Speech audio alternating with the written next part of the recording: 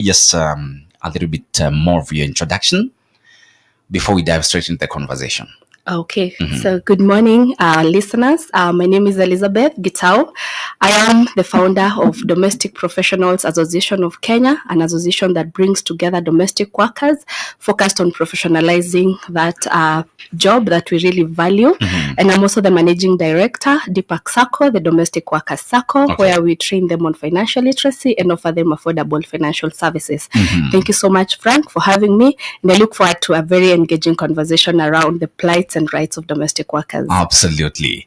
All right, talking about domestic workers, you said that you're the founder of the Domestic Professionals Association of Kenya. All right. Why? What made you to come up with this, association? Why was it important? Wow, thank you so much. It was very important because you said that today we're talking about families. It's all about families. And for families to even manage a balance, you really need to have someone who is helping you at home, who is taking care of your children so that you're able to report to work, you're able to do your other work. Actually, we call domestic work the work that makes all other work possible. Right. So without domestic workers, our communities cannot stand and our economy cannot even thrive. So I started my journey with domestic workers as a placement agency back in 2015, where I saw the challenges that domestic workers go through. There were very many, but I also realized that domestic workers themselves had resigned to that situation and they had forgotten the people that they are, because they are amazing human beings that I've come to know and love. Yes. And so we started the association to enlighten them on the need to treat it as a career. Because once you start treating it as a career, even the community, this societal mindset, that stigma around domestic work would come to an end. And our approach was, what if we make this work a profession? That you have the trainings, you have the certification, and therefore you're able to even present yourself as a professional. So that means the community will start changing its perspective towards you. And so when I was running the association, we realized that domestic workers are taking it as a career, and then that reflects in their pockets because now they get money. And that's now what led to also the starting of the circle for them, to bank them, to be able to provide them with financial literacy and financial services that can help them grow and also thrive economically. All right. Yes. I think before we even go deeper and further into the conversation, it's good to know maybe who's a domestic worker, because I know there are many questions around that topic, because people know maybe the house help as the only domestic worker, but now who's a domestic worker? Thank you. Yeah, that is an issue that comes up, especially when you say I'm with the Domestic Workers Association. So domestic workers have been defined as someone who works in a home. So anyone who is working in a home, be it a domestic manager, that is what we call them. Some people call them house help, but we like to call them domestic managers or house managers. We have anyone who is working in a home and you're only working to taking care of children, that is a nanny. We have someone who is specifically cooking, that's a cook. We have a housekeeper who is cleaning. We have your mama fua who comes to clean your clothes at the end of the day. We have gardeners, anyone who is working in the home. We have home drivers. They drive your children to school. These people should have the skills to be able to also handle children as much as they have the skill as a driver. So anyone who is working in the confines of a home, that to us is a domestic worker. All right. Yes. And you're talking about all these people, and many a times people don't want to recognize it as a profession. Why is it important that the society now changes its view and the approach to this?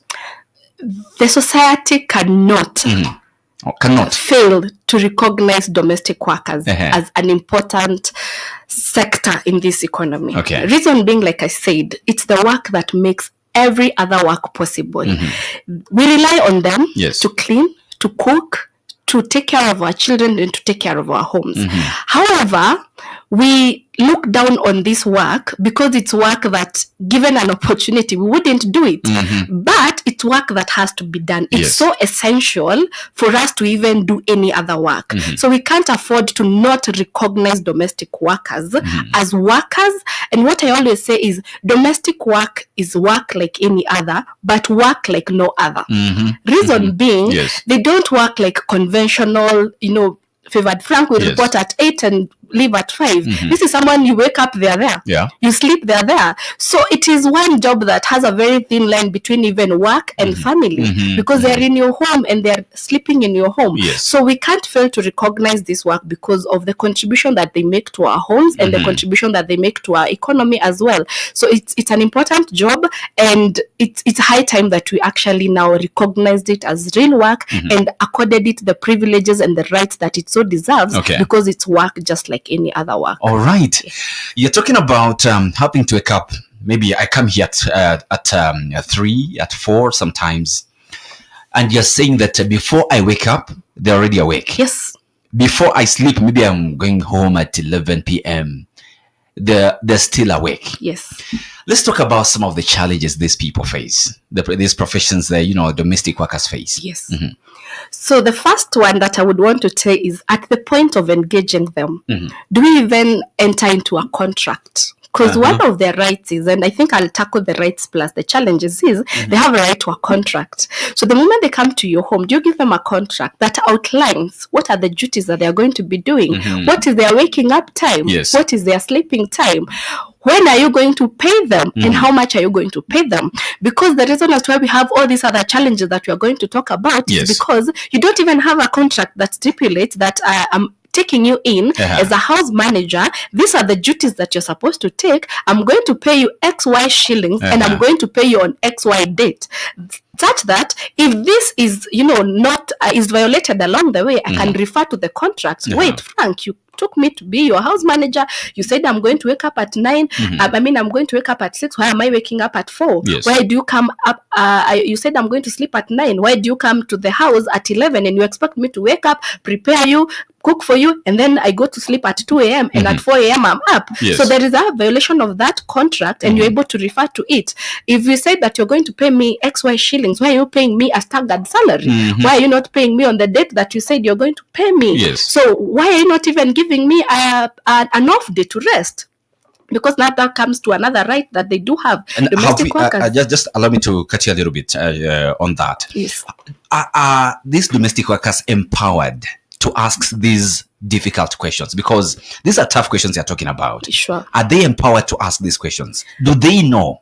Yes. So a domestic worker that has not met Elizabeth or any other organization that works with domestic workers may not know it. But that's the reason why we are here with you, Frank, to ensure that every other domestic worker, and not just domestic workers, employers of domestic workers, know about these rights. So we are big on awareness creation. We are working in a CSO movement that focuses on the rights and plights of domestic workers. And there's an organization that is very big on this called the Center for Domestic Training and Development that has been there for years, advocating for the rights of domestic workers. And they have continually educated them. We joined them later because they started like 20 years. We joined later like 10 years ago. And we joined them in this movement of ensuring that every domestic worker understands their rights and they're able to even ask for them when they go on that negotiation table. I also run a TikTok because that is where they are. They call me Nelisa. So I am telling domestic workers, you have rights. I'm telling employers, you know what, your domestic worker has a right. So you need to respect this right, and you need to also accord them the treatment that they so much deserve as employees in your homes. Yeah. All right, great. So you are talking about the common challenges. You talked about lack of a contract. Lack of a contract. What are maybe some of other challenges they go through? Yes, so we've talked about lack of a contract, and a contract now highlights all these things that you're supposed to give your domestic worker. I'm going to start with the wage. According to Kenyan laws, you should pay your domestic worker at the minimum wage. Do most people know what the minimum wage is? What's that? Yes, in the major cities, I'll talk about the major cities. It's around 16,113. But so many employers either know it or ignore it. And as we also advocate for this minimum wage, I also want to talk about, is your pay fair? Is it commensurate to the work that you also give them? Because whenever we talk about the minimum wage, some people say, I'm not also paid that amount. How do I pay it? But the question is, are you paying commensurate to the work? Because I would like to paint for you a picture of someone who lives in a 3-story house and they're paying 16,000 as the minimum wage. But is it commensurate to the work that you're giving this person? It's not commensurate. So yes, you're paying the minimum wage, but it's not fair. It's not commensurate. You'll find someone else who lives in a 3-bedroom house, mansion, has a pet, has a kitchen garden, those things. And this person is the same person who opens for you the gate, and you want to pay them 6,000. Is it commensurate? So even as we talk about the minimum wage, let us also talk about, is it fair? Yes. Is it commensurate to the work that they do? Let's talk about rest time. Yes. You say that they wake up when you're up. When you wake up, you find them up. When you're sleeping, you find them, they're also up. So do you give them rest time? Do you allow them off days? Because a domestic worker is entitled to 24 hours rest time in every 7 days work. Yes. So are you allowing them to rest? And this is where most employers fail. We are giving our domestic workers an off, and you're telling them to leave at 10 a.m. after they have cleaned after you, they have even cooked for you. The only thing you need to do is warm the food and eat it. Yes. Then they come in the evening at around 5, 6 and find the utensils you used in the sink waiting for them to come and clean. So are we being fair really? Because you have given them an off day that is even half what they should take. And now let's go to the people who don't even allow their domestic workers any rest time. Yes. They work, they wake up at 4 a.m., sleep at 11 a.m. on Monday to Monday with no rest time. Honestly, Frank, is that really fair? It is not fair, because this person needs to rest. And when they go to their rights and start talking about I'm entitled to an off day, Yes. that is where their job comes to an end. You tell them, okay, you go. Let me get someone who can accommodate my working conditions. So even as we are in a Christian radio station and talking to Christians, Yes. is that really fair? Is that even the right thing to do to these domestic workers? The other thing we talk about is gender-based violence.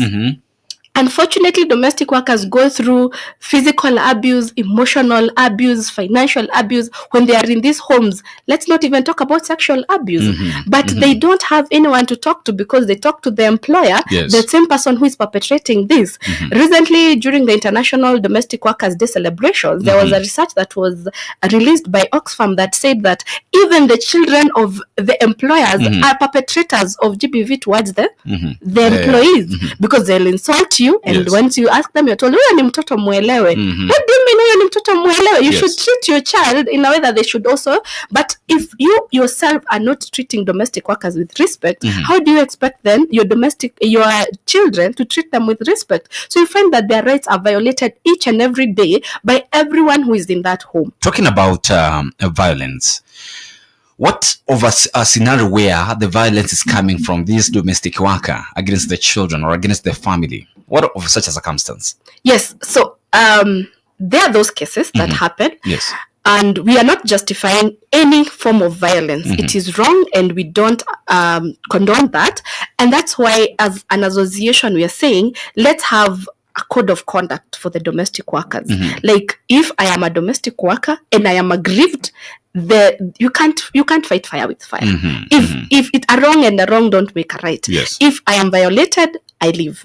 I don't retaliate. Yes. Because in some cases you find it's retaliation, because I feel like, why are you mistreating me? And then they do something. Some even do something as malicious as poisoning the food that the children are eating or the family is eating, Yes. as a way of retaliating. So ours is, we say, if you feel you're abused, and we are going to talk about notices, we say that is one of the reasons why you don't even give notice. If you feel like you are emotionally, and you teach them, how do you know that you are being abused at your workplace? Yes. If you feel there is any form of abuse, wait for your employer and tell them, I'm really sorry, thank you for the opportunity, but I can't work here anymore. Yes. And you leave, because we don't allow any form of abuse to the family. The other abuses that come is because of people who are naturally or generally malicious by themselves. So they join domestic work, not because it's a profession, but because they are just passing. They don't mind if they spoil the items of the family, Yes. if they beat the employer, they don't care. So those are not domestic workers. We don't recognize them, and we say those are rogue domestic workers. They are criminals, and they should be jailed. Now, how do you differentiate and tell this? Because I know it's a very tricky, it's a thin balance, a very delicate balance to tell. This one is not really a domestic worker. This one has their own interests and all that. How do we tell? Because I mean, there is somebody listening right now. Yeah. They can't really differentiate between who's genuine and who's not. What I would say is that it starts with at the point where you're engaging them to come to your home. What kind of due diligence do you do as an employer? And even when you're getting them from an agency, sometimes we've let this we've dropped that responsibility to also secure our homes. So number one, how do you engage them at the point where you're bringing them to your home? Do you interview them? Do you do any due diligence? Do you ask any questions? Sometimes I say that a bad person is a bad person, and sometimes they may come, they are dressed, they are talking the big things, but inside them there is some evil. I always talk about even praying and asking for guidance from the Holy Spirit, because someone may come to you and they're looking all glorious and you're thinking this is the person. Then I also would urge most employers, be keen, be keen to even know the person that you brought in your home. I wouldn't be surprised that some employers don't even know the second name of the person they brought into their home.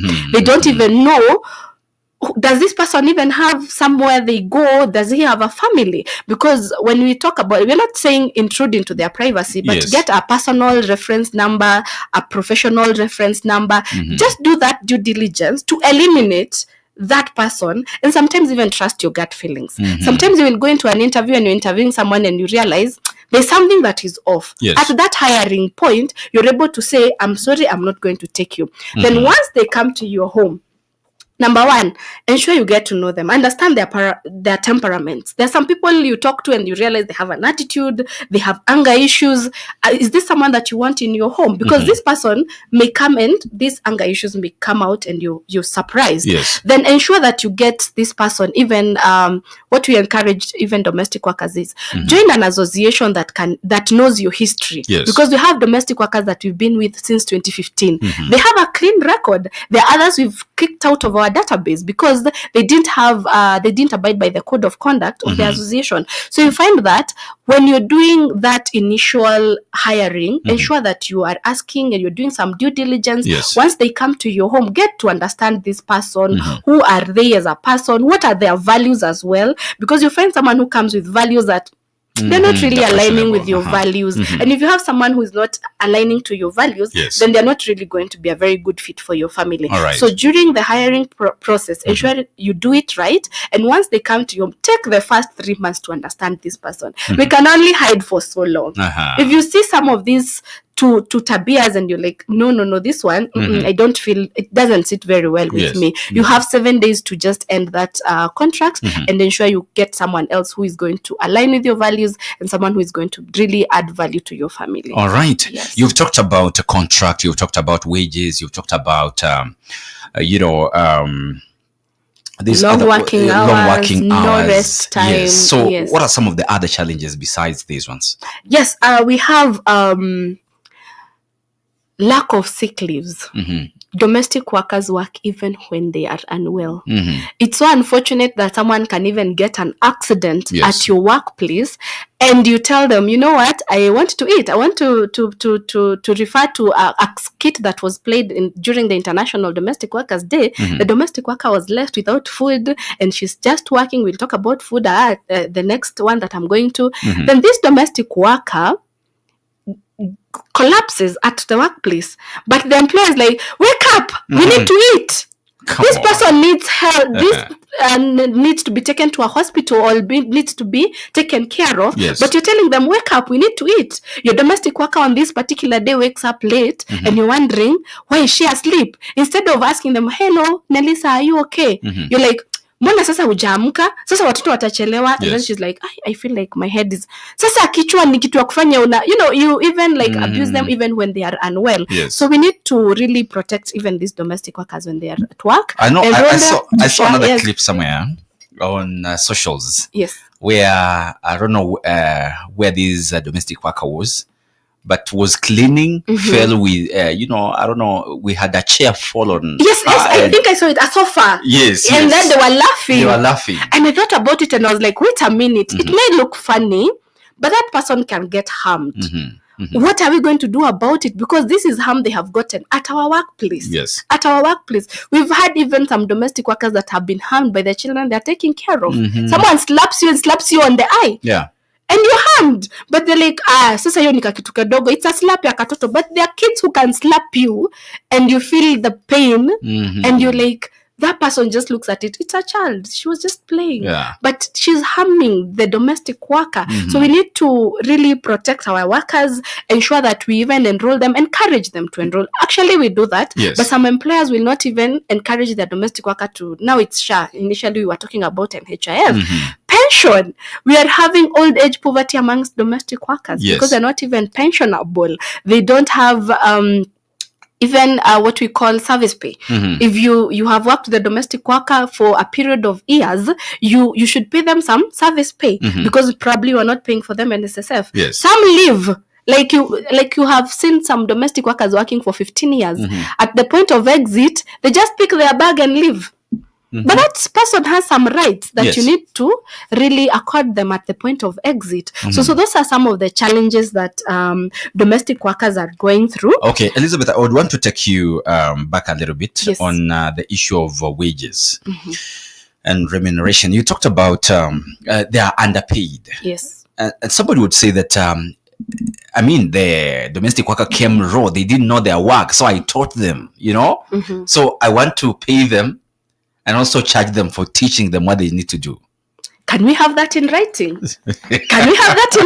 That you came to my house, you are very raw, I'm going to charge you 10,000 to train you for this, but I'm paying you the minimum wage. So eventually, you will probably deduct 2,000, 10,000, and I'll still be getting my money. But how do you say you are charging me? There is no agreement on what you're charging me. Even when you are showing me, let me tell you how some people orientate their domestic workers. They tell you, this is the tap, this is how you open the water, and you put the water here, you clean the clothes here, you rinse here, and then you hang here.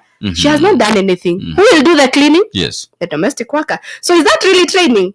No, I'm working. I'm actually working for you. So there is no grounds for that negotiation unless you can tell the domestic worker, okay, I saw an institute, East African Institute of Home Care Management, that does home care management. I want you to go there for 2 weeks and I'll pay your fees.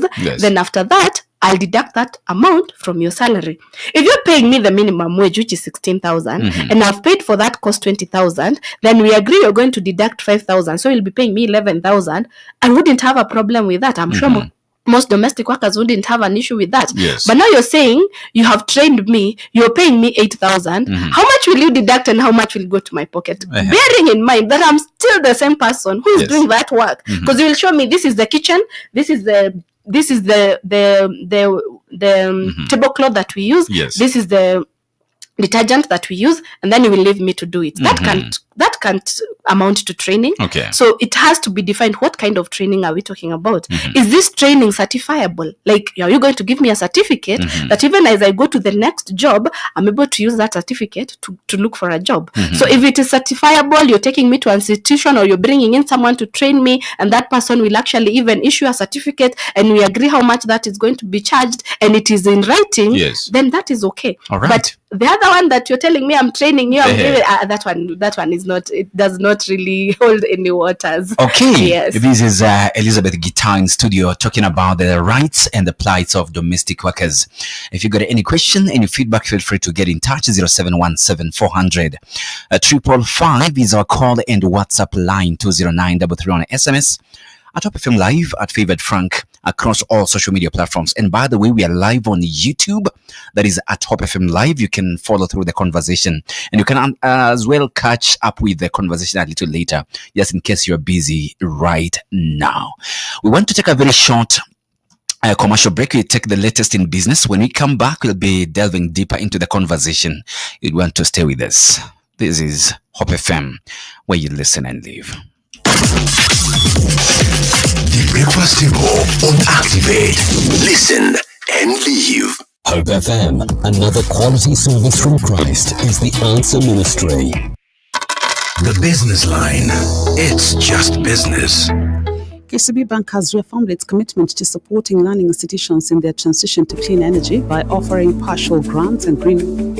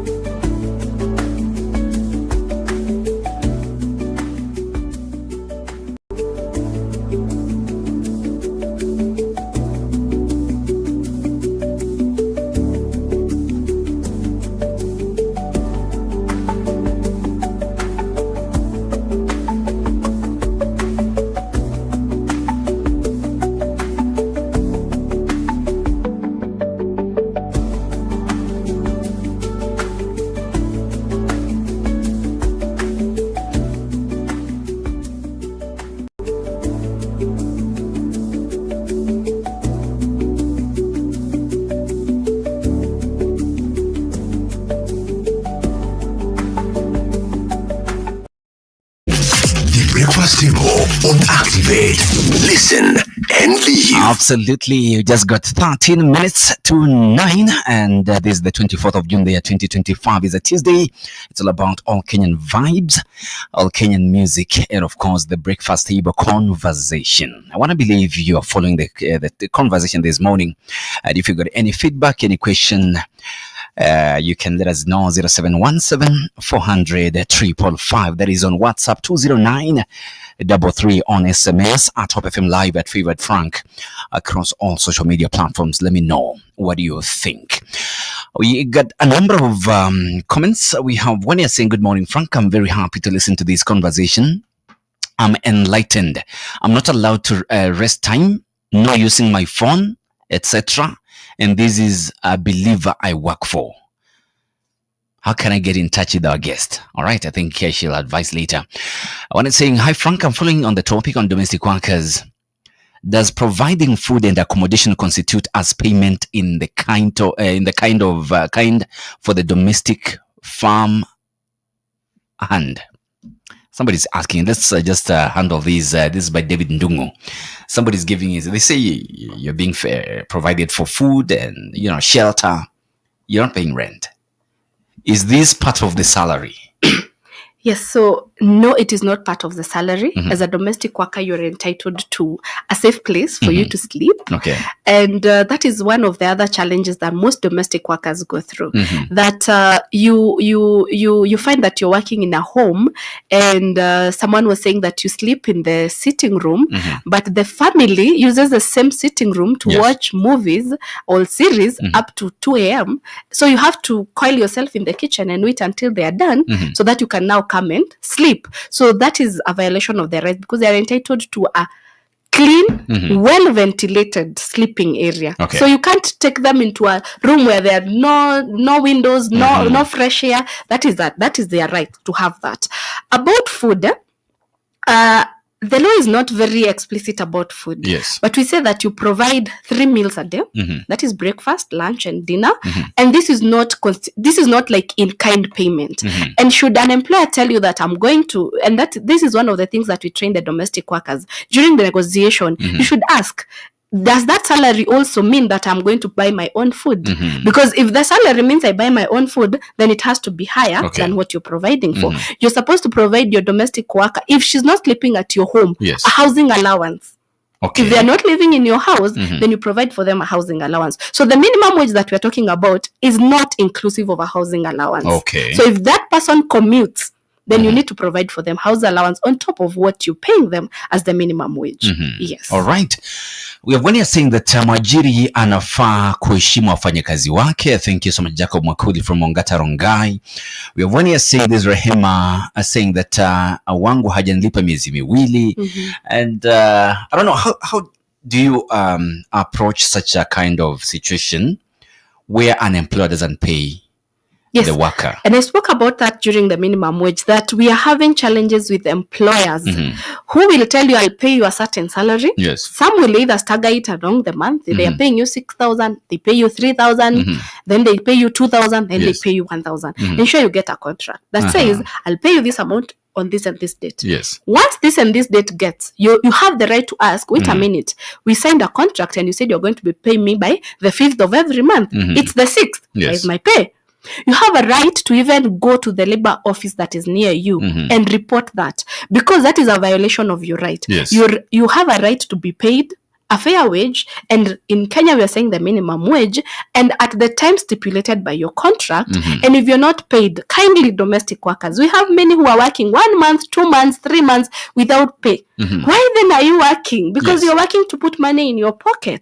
But this is a violation of your rights, and some people don't know where to report to. Some report to the police station. But once you report there, go to the nearest labor office, because it is your right to be paid, and paid in good time. All right, Elizabeth, I've seen some young domestic professionals who at the end of the month they are like, what do I do with the money? So there's some who don't even understand that they need to be paid. Yes, thank you. Because thank you for it's a true story. I met one the other day, being paid, somebody paying them. and they're like, nitafanya hii hizi pesa. I know, it's so sad though. Yeah. It's so sad though. And the reason as to why we even brought domestic workers together is for that education. Yes. That initially, even how domestic work started, you would bring in someone to your home, Yes. they help you, because they're going to get shelter, probably they come from a poor background. And so to them, having that food, that good place to sleep, Yes. it's already paid itself. Yeah. But we are saying that this is a job just like any other. And that's why we are bringing in like a savings and credit cooperative for domestic workers. Yes. We educate them about financial literacy. What do you have any goals for yourself? Because there's someone who does not have any goals. Do you have goals that you want to achieve? What do these goals look like? What is the financial commitment towards these goals? Yes. Because what that means is, labda niongee na Kiswahili kwa wale ambao wanasikiza na ni wafanyakazi wa nyumbani. Ulipoenda kwa ile kazi ulikuwa na malengo ambayo unataka kutimiza. Ulikuwa unataka labda kurudi shule. Ulikuwa unataka labda kununulia mama yako shamba. Yes. Ulikuwa unataka kuimprove ile condition ambayo iko pale nyumbani. Hiyo malengo uko nayo. Itahitaji pesa. So zile pesa ukizipata unaziweka kando, unaweza ingia pale kwa ile sako ukaweka pesa zako, alafu unachukua mkopo unaendeleza pale nyumbani. Una watu ambao wakutegemea. Kuna wengine ambao hata kama hana mtoto akona wazazi ambao wanamtegemea, labda ile hali iko pale nyumbani sio mzuri. Unataka pia kujirudisha shule. Kuna wale ambao labda ulimaliza form 4 haukuweza kuendelea shule, tunakuuliza unataka kwenda shule gani? Hiyo shule utahitaji kulipa school fees kiwango gani? Unaweka pesa mahali ambapo inaendelea kuaccumulate ndio uweze kulipa zile school fees na uweze kurudi shule. Sababu gani watu ambao wanasema nitafanyia hizi pesa nini? Ni kwa sababu huna malengo, huna maono. Na ndio maana tuko pale ndio upatane na wengine ambao wameweza kufanya mambo zaidi, Yes. wakakuongelesha nao ukaona mbele. Kwa sababu saa zingine unaweza kuwa tu uko pale haujui ufanye nini, lakini mwenzako anakuambia unajua mimi pale ambapo wazazi wangu wanaishi, mimi ndio nimewajengia na hii kazi. Alright. Nimeweza kununua shamba mahali, nimesikia mmeleta watu ambao wanauza mashamba, nilienda pale Nakuru nikanunua shamba na mimi ninataka kujenga pale. Unaanza kufunguka, unaanza kuona mbele. Alright. Lakini jinsi tunafanya kazi in closed homes, behind doors, hauna wale watu ambao unatangamana na wao wakaweza kukuelimisha, ukaweza kuona mbele. Kwa hivyo ni vizuri ule mfanyakazi wa nyumbani ambaye ako pale uweze kutangamana na wenzako ambao like-minded people ambao wanaona mbele, si wale ambao watakwambia hiyo pesa ni kidogo, ruka hapa enda pale, ambaye atakuelekeza ndio uweze kutumia zile pesa kuendeleza na pia kuendeleza pahali ambapo umetoka. Okay, I can see our time is pretty much well spent. We just got less than 5 minutes. There's one thing following the conversation. So far, so good. I have a question. I have been working as a nanny for a while now. The child is a grap. Unasikia mzazi alisema umekaa kwangu sana. I'm really broken down, knowing I have given it all. Now advance, what do I do next? Maybe just in 1 minute. Yes. So what I always say is also, as you're working as a domestic worker, realize the times and the seasons. There is a season that will come whereby you are valuable to that family because you are taking care of their children. But now it comes to a point where the children are all grown. What value or how have you invested in yourself? You may have invested in yourself in that you even took a cooking class. Now they will see your value in that home because of the meals that you're making them. But sometimes we get to a comfort zone where you're just taking care of the children will grow. Yes. And the parent will be like, okay, what are you doing in my home? But the moment they start saying, okay, your cleanliness is up, we are eating good food, they see your value. So what I would urge that domestic worker is invest in yourself. All right. Invest in yourself, in the skills that are also going to be valuable. And if that is not the case and you still feel your edge or your strength is in taking care of children, then it's time to end that contract and get another job that is in line with your strength, which is taking care of children. All right. I can see we have very many comments here of different, questions coming in, but I can see our time is pretty much well spent. Okay. I want you to talk to a number of people in 2 minutes.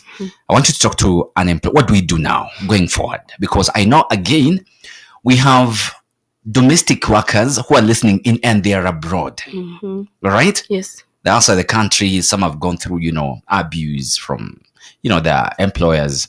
So I would want you to talk to a domestic worker. What do we do?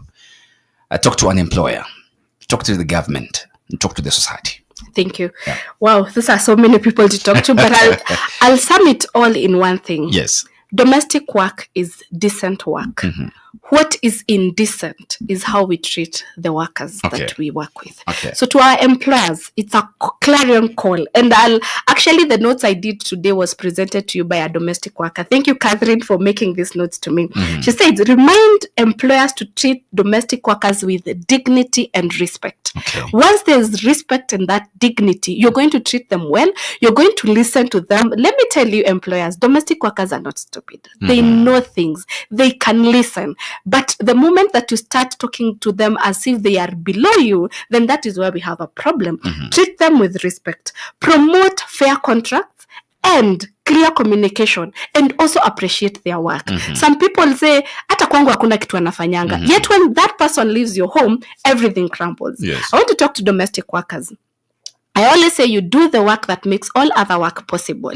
But then you also have to offer value. I always tell them that you're paid for the value that you're putting into that farm. Hawakulipi ndio uende usuluhishe mashida zako. Wanakulipa sababu ya ile kazi ambayo unawafanyia. Is your work professional? Are you having any skill? Kupika kwako kuna ule utofauti na wale wengine. Kulea kwako kwa watoto unawalea aje. Invest in yourself and the skills that you offer, and change your mindset from nikusaidiwa to it's a service that I am offering.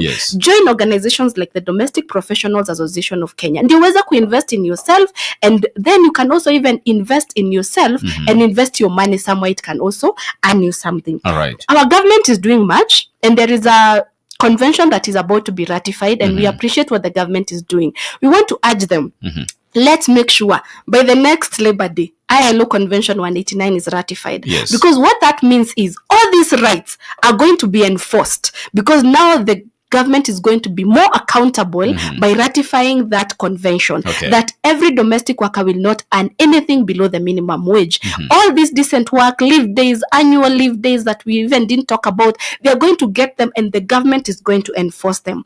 To our society, we cannot continue looking at domestic workers and looking down upon them, because let me tell you, some of them are even doing wonders in their homes than some people who are even reporting in offices. It's not about what you do. It's the value that you're bringing to our community. And the value that domestic workers do is the same value that you're offering, and it's even more, because whatever it is you're doing, you may not be able to do it without that support in your home. So they are actually the foundation of what we are doing as a country, as a community. All right. Thank you. Great. Thank you so much, Elizabeth Gitau. This is the MD of the Kenya Domestic Workers Association. Thank you so much for creating time to, share the insights and wisdom concerning the plight and the rights of domestic workers. Thank you for having me. Probably someone asked me how they can get me. Look out for me, Nelisa. Mama House Helper Mama Lawi on TikTok. I'm Elizabeth Duncans on Facebook, on all my social media. And you can also check the Domestic Professionals Association of Kenya. Maybe I can give a number, 0798 108 195, and you're going to be assisted. All right. Thank you. Thank you so much. God bless you, and have a good day. Thank you. All right. See you tomorrow, same time, same place. They call me Favored Frank. Bye-bye. Hope FM. Listen and live. It's now 9 a.m. with I&M Foundation.